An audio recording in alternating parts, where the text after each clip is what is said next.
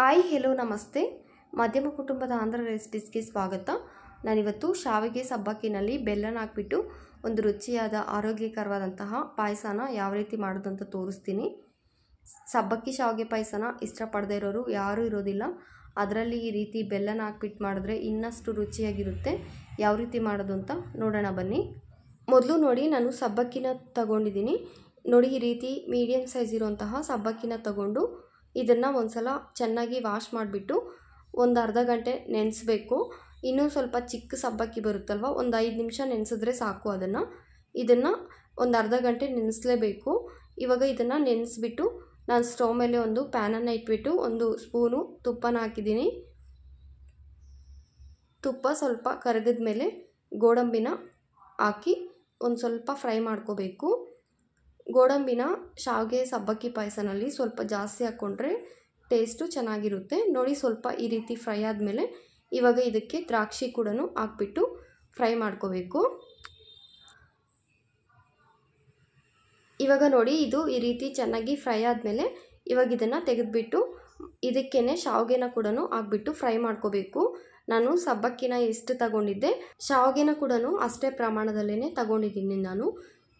ಇವಾಗ ಶಾವಿಗೆನ ಹಾಕ್ಬಿಟ್ಟು 1 ನಿಮಿಷ ಚೆನ್ನಾಗಿ ಫ್ರೈ ಮಾಡ್ಕೋಬೇಕು.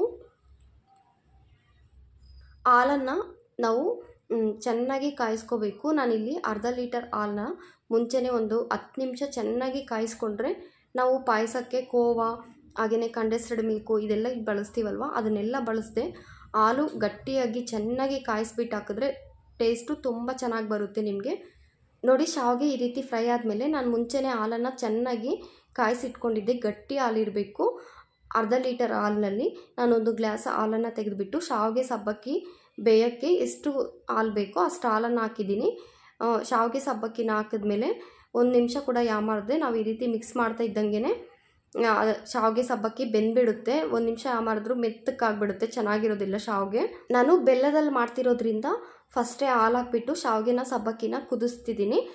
ನೀವೇನಾದರೂ ಸಕ್ಕರೆಯಲ್ಲೇನಾದರೂ ಮಾಡೋ ಥರ ಇದ್ದರೆ ಫಸ್ಟು ನೀರಲ್ಲಿ ಸಬ್ಬಕ್ಕಿನ ಶಾವಿಗೆನ ಬೇಯಿಸ್ಕೊಂಡು ಲಾಸ್ಟಲ್ಲಿ ಗಟ್ಟಿಯಾಗಿ ಹಾಲು ಗಟ್ಟಿಯಾಗಿ ಒಂದು 10 ನಿಮಿಷನಾದರೂ ಕುದಿಸ್ಕೊಂಡು ಲಾಸ್ಟಲ್ಲಿ ಹಾಕಿದ್ರೆ ಟೇಸ್ಟು ಚೆನ್ನಾಗಿರುತ್ತೆ. ಹಾಗೆಯೇ ಗಟ್ಟಿನೂ ಬೇಗ ಆಗೋದಿಲ್ಲ. ಇವಾಗ ನೋಡಿ, ಇದು ಬೆಂದಿದೆ, ತೋರಿಸ್ತೀನಿ ಯಾವ ರೀತಿ ಬೇಯಬೇಕು ಅಂತ. ಈ ರೀತಿ ಶಾವಿಗೆ ನಮಗೆ ಬೇಯಬೇಕು, ಇನ್ನೂ ಮೆತ್ತಕ್ಕಾಗ್ಬಿಟ್ರೆ ಚೆನ್ನಾಗಿರಲ್ಲ. ಇದು ಇವಾಗ ಸೈಡ್ಗೆ ಇಟ್ಬಿಟ್ಟು ಬೆಲ್ಲನ ಕರಗಿಸ್ಕೊಳ್ಳೋಣ. ನಾನು ಶಾವಿಗೆ ಅರ್ಧ ಕಪ್ಪು, ಸಬ್ಬಕ್ಕಿ ಅರ್ಧ ಕಪ್ನ ತಗೊಂಡಿದ್ನಲ್ವ, ಅದೇ ಕಪ್ನಲ್ಲೇ 1 ಕಪ್ಪು ಬೆಲ್ಲ ಆದರೆ ನಮಗೆ ಸ್ವೀಟ್ ಕರೆಕ್ಟಾಗಿರುತ್ತೆ. ಇವಾಗ ಒಂದು ಅರ್ಧ ಕಪ್ನಷ್ಟು ನೀರನ್ನು ಹಾಕ್ಬಿಟ್ಟು ಒಂದು 5 ನಿಮಿಷ ಚೆನ್ನಾಗಿ ಕುದಿಸ್ಕೋಬೇಕು. ಮುಂಚೆ ಕಾಲ ಎಲ್ಲ ಹಾಲು ಅದು ಇದು ಎಲ್ಲ ಏನೂ ಆಗ್ತಿರ್ಲಿಲ್ಲ. ಬೆಲ್ಲನ ಚೆನ್ನಾಗಿ ಕುದಿಸಿ ಯಾವುದೇ ಪಾಯಸನ ಮಾಡಿದ್ರೂ ಟೇಸ್ಟು ತುಂಬ ಚೆನ್ನಾಗಿರುತ್ತೆ. ಇದು ನಮ್ಮ ಅಜ್ಜಿ ಹೇಳಿದ್ದು ನನಗೆ. ಇವಾಗ ಲಾಸ್ಟಲ್ಲಿ ಏಲಕ್ಕಿ ಪುಡಿ, ನಾವು ಫ್ರೈ ಮಾಡಿಟ್ಕೊಂಡಂತಹ ಗೋಡಂಬಿ ದ್ರಾಕ್ಷಿನ ಹಾಕ್ಬಿಟ್ಟು 5 ನಿಮಿಷ ಚೆನ್ನಾಗಿ ಕುದಿಸಿಟ್ಕೊಂಡಿರ್ತೀವಲ್ವ, ಬೆಲ್ಲದ ನೀರನ್ನು ಕೂಡ ಸೇರಿಸ್ಕೋಬೇಕು. ಆದರೆ ಬೆಲ್ಲನ ಕುದಿಸ್ಕೊಳ್ಳೋವಾಗ ಜಾಸ್ತಿ ನೀರನ್ನು ಹಾಕಕ್ಕೆ ಹೋಗಬೇಡಿ. ಒಂದು ಅರ್ಧ ಕಪ್ ನೀರನ್ನು ಹಾಕ್ಬಿಟ್ಟು ಒಂದು 5 ನಿಮಿಷ ಕುದಿಸ್ಕೊಂಡು ಬೆಲ್ಲ ಬಿಸಿ ಬಿಸಿಯಾಗಿದ್ದಂಗೆ ಬೆಲ್ಲದ ನೀರನ್ನು ಹಾಕಬಾರ್ದು. 1 ನಿಮಿಷ ಬಿಟ್ಬಿಟ್ಟು ಹಾಕ್ಕೊಳ್ಳಿ. ಒಂದು ವೇಳೆ ಬಿಸಿ ಬಿಸಿಯಾಗಿ ಹಾಕಿದ್ರೆ ಒಂದೊಂದು ಸಲ ಒಡೆಯೋ ಚಾನ್ಸಸ್ ಕೂಡ ಇರುತ್ತೆ ಹಾಲು. ಇವಾಗ ಈ ರೀತಿ ಮಿಕ್ಸ್ ಮಾಡಿಕೊಂಡು ನಮಗೆ ಕನ್ಸಿಸ್ಟೆನ್ಸಿ ಯಾವ ರೀತಿ ಇರಬೇಕೋ ಅಷ್ಟು ಹಾಲನ್ನು ಸೇರಿಸ್ಕೊಳ್ಳಿ ಲಾಸ್ಟಲ್ಲಿ. ಆದರೆ ಹಾಲನ್ನು ಚೆನ್ನಾಗಿ ಕುದಿಸ್ಕೊಂಡು ನಾವು ಯಾವುದೇ ಪಾಯಸ ಮಾಡೋದ್ರಿಂದ ಟೇಸ್ಟು ತುಂಬಾ ಚೆನ್ನಾಗಿರುತ್ತೆ. ಹಸಿ ಹಸಿಯಾಗಿದ್ದರೆ ಪಾಯಸ ಟೇಸ್ಟು ಅಷ್ಟೊಂದು ಚೆನ್ನಾಗಿರೋದಿಲ್ಲ. ಎಮ್ಮೆ ಹಾಲಲ್ಲಿ ಮಾಡಿದ್ರೆ ಇನ್ನೂ ಟೇಸ್ಟು ತುಂಬಾ ಚೆನ್ನಾಗಿರುತ್ತೆ. ಈ ರೀತಿ ನಾವು ಯಾವ ಕನ್ಸಿಸ್ಟೆನ್ಸಿಯಲ್ಲಿ ಮಾಡ್ಕೊಂಡಿದ್ರೆ ಈ ಬೆಲ್ಲದ ಪಾಯಸ ಅದೇ ರೀತಿಯೇ ಇರುತ್ತೆ. ಆದರೆ ಶಾವಿಗೆ ಪಾಯಸದಲ್ಲಿ ನಾವು ಸಕ್ಕರೆ ಹಾಕಿ ಮಾಡ್ತೀವಲ್ವ, ಹಾಲು ಹಾಕಿ ಅದು ಬೇಗನೆ ಗಟ್ಟಿ ಆಗಿಬಿಡುತ್ತೆ. 5 ನಿಮಿಷಕ್ಕೆ ನೀವು ಯಾವುದೇ ರೀತಿ ಮಾಡಿದ್ರೂ ಕೂಡ ಬೆಲ್ಲದ ಪಾಯಸ ಅಷ್ಟು ಸಾಮಾನ್ಯವಾಗಿ ಗಟ್ಟಿ ಆಗೋದಿಲ್ಲ. ಈ ರೀತಿ ನಾನು ಹೇಳಿರೋ ಟಿಪ್ಸ್ನ ಫಾಲೋ ಮಾಡಿ ನೀವು ಮಾಡಿ ನೋಡಿ. ಟೇಸ್ಟು ನಿಮಗೆ ಗೊತ್ತಾಗುತ್ತೆ ಯಾವ ರೀತಿ ಇರುತ್ತೆ ಅಂತ. ತುಂಬಾ ಚೆನ್ನಾಗಿರುತ್ತೆ, ಖಂಡಿತ ಟ್ರೈ ಮಾಡಿ.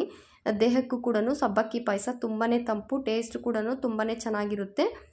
ನಿಮಗೆ ಇಷ್ಟ ಆಗಿದ್ದರೆ ಖಂಡಿತ ಒಂದು ಲೈಕ್ ಕೊಡಿ. ನಿಮ್ಮ ಫ್ರೆಂಡ್ಸ್ಗೂ ಫ್ಯಾಮ್ಲಿಗೆ ಕೂಡ ಶೇರ್ ಮಾಡಿ.